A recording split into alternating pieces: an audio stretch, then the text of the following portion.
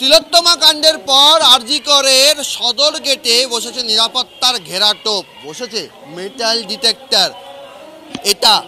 এটা দেখিয়েই জুনিয়র চিকিৎসকেরা প্রশ্ন তুলছেন 9ই আগস্ট যেদিন তিলোত্তমা ধর্ষণ ও খুন হলেন সেই দিন অকুস্থলে বহিরাগতদের আটকাতে কেন সক্রিয় হলো না পুলিশ। প্রশ্ন তুলছেন তার কারণ লাল জামা রহস্য। তিলোত্তমার বাবা মা ইতিমধ্যেই লাল জামা পরিহিত এক ব্যক্তির উপস্থিতি নিয়ে প্রশ্ন তুলেছিলেন। লাল টি শার্ট পরে একজন এসে মানে খোঁজাখুঁজি করছিল, হ্যাঁ সন্দেহজনক ভাবেই সে তাকাচ্ছিল, মানে কিছু কোনায় কিছু খোঁজার চেষ্টা করছিল। আমার পাশে একজন মানে স্টুডেন্ট ছিল, তাকে আমি বললাম দেখো তুমি কি একে চেনো? ও বললো আমাদের গ্রুপ ডি। আমি বললাম ওকে ধরো, ও কিন্তু সন্দেহজনকভাবে তাকাচ্ছে। বললে ও দৌড়ে গেল, তার ফটো নাকি তুলে রেখেছিল, কিন্তু আমার কাছে কিছু নেই। এবার প্রকাশিত ছবিতে দেখা যাচ্ছে আক্ষরিক অর্থেই সেমিনার কক্ষে ডায়াসের কাছেই একেবারে দাঁড়িয়ে রয়েছেন লাল জামা পরিহিত এক ব্যক্তি এবং সেই সঙ্গে বেগুনি রঙের চেক শার্ট, খাকি রঙের ট্রাউজার্স পরিহিত আরেক ব্যক্তি।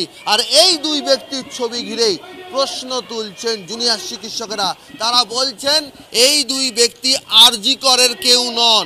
তাহলে এই দুই ব্যক্তি কি করে সেদিন অবাধে যাতায়াত করছিলেন ঘটনাস্থলে, ক্রাইম সিনে? পুলিশ কেন তাদেরকে আটকাচ্ছিল না? ছবি দেখিয়ে তারা প্রশ্ন তুলছেন লাল জামা ব্যক্তি কে, তার পরিচয় প্রকাশ্যে আনতে হবে।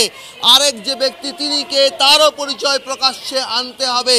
তাদেরকে কারা অনুমতি দিল, কার অনুমতিতে তারা ক্রাইম সিনে যাওয়ার অনুমতি পেলেন, সে বিষয়টি স্পষ্ট করতে হবে।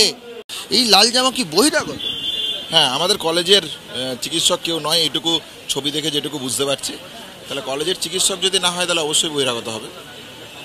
ছবি দেখে যেটুকু বুঝতে পারছি তাতে এটাই মনে হচ্ছে। সে কিছুই না হয়, যে সে কলেজের হয় তাহলে চলে আসুক ক্যামেরার সামনে, সে এসে বলুক যে না কিছু না, আমি আমার দলের তরফ থেকে কেউ না, আমি একজন সাধারণ স্টুডেন্ট, আমি দাঁড়িয়েছিলাম ওখানে, আমি ওখানে দেখতে গিয়েছিলাম নিজের ইচ্ছায়। কিন্তু পুলিশের কাছে আমাদের এটা কোশ্চেন থাকবে যে তাহলে ওনাকে ঢুকতে দিয়েছিল কে? ওনাকে পারমিশনটা দেওয়া হয়েছিল, উনি পুলিশের মাঝখানে দাঁড়িয়ে পুলিশের ভেতর থেকে উকি দিয়ে দেখছে বডিটার কী অবস্থা, কী হয়েছে না হয়েছে, কে সেই রহস্যময় ব্যক্তি। তাহলে সে নিজে সামনে আসুক, আর যদি সে নিজে না আসতে তাহলে পুলিশের কাছে তাকে সামনে নিয়ে আসে।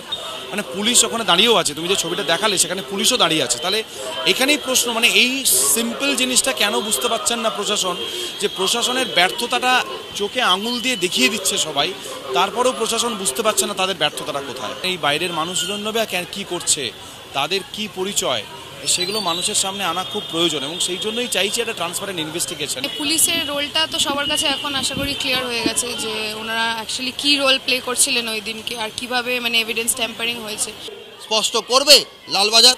ক্যামেরায় মিন্ময় চক্রবর্তীর সঙ্গে সৌরভ দত্ত, টিভি 9 বাংলা, কলকাতা।